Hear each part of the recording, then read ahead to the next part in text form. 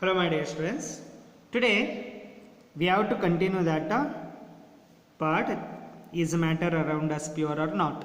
So in the last class we discussed what a concentration of solution, that is saturated and unsaturated, isn't it? Today we have to discuss what is suspension. So non-homogeneous system like those obtained by the group C in activity 2.2. Activity 2.2 group C activity, what they have taken, see, chalk powder or wheat flour, any flour you have to take in a group C, you have to dissolve that one in a particular amount of water.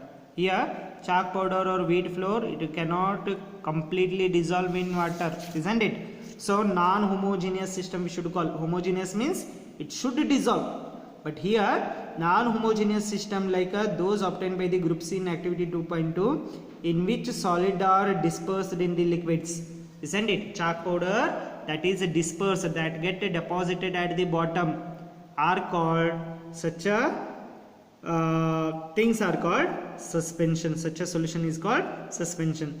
A suspension is the heterogeneous mixture. See here, whatever the substance we are dissolving, we are ready to dissolving in that water, it cannot dissolve, we can see that one. So what it is? Heterogeneous mixture in which a solute particle do not dissolve. See, solute particle, what here? Solute means it is chalk powder or wheat flour is the solute here, that cannot be dissolved, do not be dissolved in the, but remains the suspended throughout the bulk of the medium. See, but that chalk powder and water, when you are putting into the water, it cannot be dissolved, but it is suspended throughout that solution. It get dispersed in that solution. Particles of suspensions are visible to the naked eye, as you can see that one. For example, if you take one glass, a transparent glass of water, add 1 spoon of chalk powder, otherwise 1 spoon of wheat flour in that, you can observe, you can see the particles of the wheat flour or chalk powder in that solution. We can see that one by the naked eyes. Then what are the properties of suspension? Suspension is the heterogeneous mixture, that we know, because the particles are cannot be dissolved in that solution. Next, the particles of the suspension can be seen by the naked eyes, isn't it? We can see those particles of the suspension by the naked eyes. The particles of the suspension scattered a beam of light passing through it and make a path visible. See, if you are taking a water, it look like this. See, it shows the path of the beam of the light in this solution. If you are taking a B as the water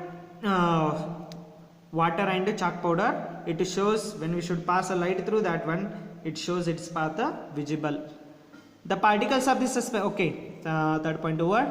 The solute particles settle down when a suspension is left undisturbed, isn't it? When you are adding a wheat flour to the or chalk powder to the water, you should leave that one without disturbing for a few minutes. You should see. So whatever the particles are there, it get deposited at that bottom of the solution. That is, suspension is unstable. They can be separated from the mixture by the process of filtration. If you want to separate chalk powder and water, you should use a filter paper in a conical flask and you should separate that one, isn't it?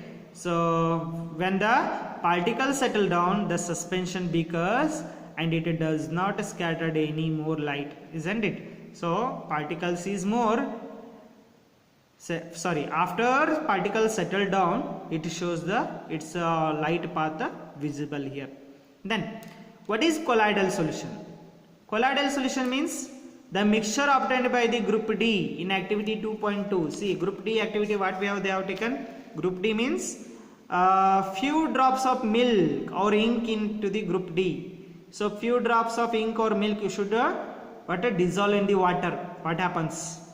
So that is nothing but a colloidal particles present in there. We can't see those particles. Okay. See, the mixture obtained by the group D in activity 2.2 is called colloidal solution. The particles of the colloids are uniformly spread throughout the solution. So whatever the ink particles or milk particles are there, they are spread uniformly throughout that solution, throughout that water solution, due to the relative smaller size of the particle as comparing to that of the suspension. See, so there the particle size is very smaller than that of suspension. Suspension means chalk powder in water. Chalk powder, comparing to chalk powder, it is very smaller. Which one? Milk in a water. Milk particles are smaller than the suspension. Okay. The mixture appears to be homogeneous, but actually, if you are see 1 glass water, you should add 1 spoon of milk. After stirring that one, mix up it. You should see the whatever the milk is there, it completely mixed with water, but actually it looks like a homogeneous, but actually colloidal solution is the heterogeneous mixture. See, we feel that the whatever milk and water is there, it get dissolve in the water, but actually it is not a homogeneous mixture, it is a heterogeneous mixture. So for example, milk they have given, even you can take a ink, because the small size of the colloidal particles, we cannot see them by the naked eye. See, why? Because comparing to chalk powder particles, the milk particles are very smaller. We can't see that one by the naked eyes. But those particles can easily scatter a beam of light visible at as observed in activity 2.2. So when you should torch on the that light, it shows the solution path is visible. Okay, this scattering beam of a light is called Tyndall effect. In a solution, the whatever the light is there, it get scattered, it get expanded in the solution. That effect is called Tyndall effect. This is name of the scientist. Tyndall, he is the name of the scientist here. He discovered this effect. So what? We should kept that effect as a Tyndall effect itself. Tyndall effect can also be observed when a fine beam of light enters to the room through the small holes, isn't it? Whenever from the window, there is a fine beam of light from the sun or any light particles, can observe there is a light entered to the your room from that hole or from that window. You can observe small dust particles in that light waves, isn't it? This happens due to the scattering of light by the particles, the dust and the smoke in the air. See, from for example, when there is no light pass through the room, there is also small particles are present, but we can't see them by the naked eyes. When a fine beam of light enter into the room, at that time from our naked eyes, which particles we can't see, through that light we can see several particles in that ray of light. So those particles are nothing but colloidal particles, we should say.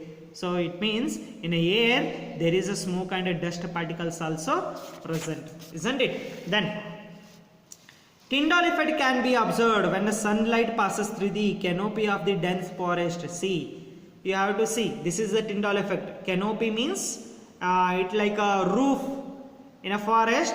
One tree and another tree get it to make, combine to make a small holes. So through that hole light enters, isn't it? So sunlight passes through the canopy of the dense forest. In the forest, mist contains thin droplets of water which acts as the particles of the colloid dispersed in the air. See, in a forest what happens? There is a mist, fog we should say.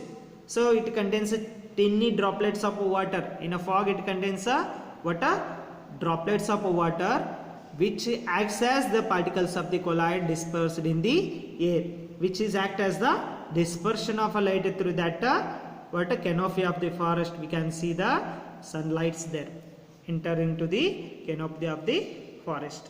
Then what are the properties of colloids? See, a colloid is a heterogeneous mixture.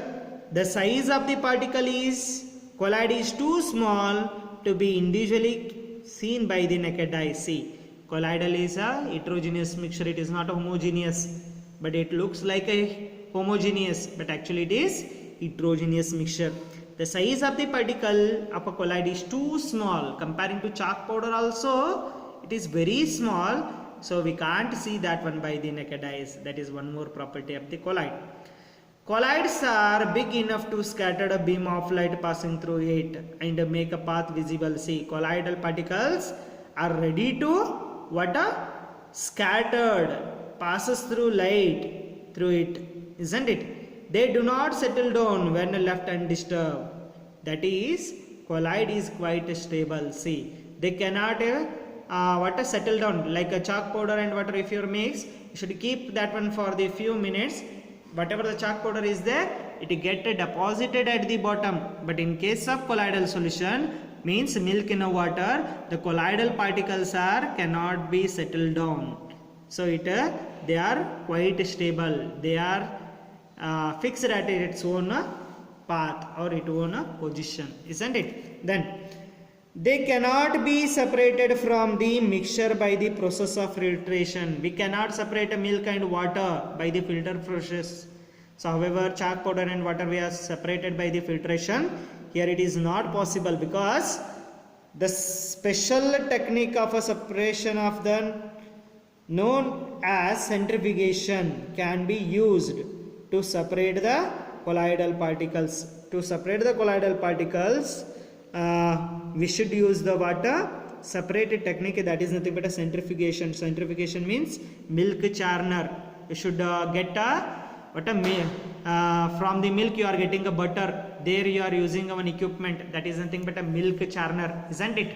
So by that milk churner, when we have that milk churner process is nothing but a centrifugation, isn't it? The component of the colloidal solutions are dispersed phase and dispersed medium. For example, in case of how the solute and solvent present in a previous, that is a water in a solution like a suspension. So in a colloidal solution there is a dispersed phase and a dispersed medium is there. How the solute and solvent is there, no? Dispersed phase and a dispersed medium is there. A solute like a component or a dispersed particles is called in a colloid from the dispersed phase. See, solute, however we should call it as a solute. Here it is a dispersed phase in case of water in case of colloids. Okay, and a component in which the dispersed phase is suspended in is known as dispersed medium, that is solvent we should call. Solvent is nothing but a dispersed medium. Dispersed phase dissolve in a dispersed medium. Solute can dissolve in solvent, how it is like, no? Like that, dispersed phase dissolve in dispersing medium. Colloids are classified according to the state. Colloidal particles we should classify according to its state of matter, that is solid, liquid or gas. Of a dispersing medium and a dispersed phase, depending on the dispersed medium or dispersed phase. It means dispersed medium once it is solid, dispersing medium or once it is liquid. Dispersed phase once it is gas, dispersing medium or once it is solid. Like that. It depends on the dispersed phase and dispersed medium. A few common examples are given in below. From this table, you can see that there are common everyday life. See, there they are giving one chart. So one it is dispersing phase liquid, one dispersing medium is gas, the type it is aerosol. That one we are using in our daily life. It has a fog and cloud and mist. Okay, dispersing phase is solid, dispersing medium is gas, that is also aerosol. Smoke and automobile exhaust. Automobile exhaust means vehicle. Through the silencer pump, whatever the waste gas is removing, that is automobile exhaust. Gas in a liquid, dispersing phase gas, dispersing medium is a liquid, that is foam. Shaving cream, which one you are using for the shaving cream? There it contains a gas as well as liquid. Dispersing phase is liquid, dispersing medium is liquid, it is emulsion, milk or face cream. Both are in a liquid state. So solid is a dispersed phase, liquid is a dispersing medium. We should call it as sole. Sole is milk of a magnesia or a mud, isn't it? So mud you should dissolve in a water. That is also example here.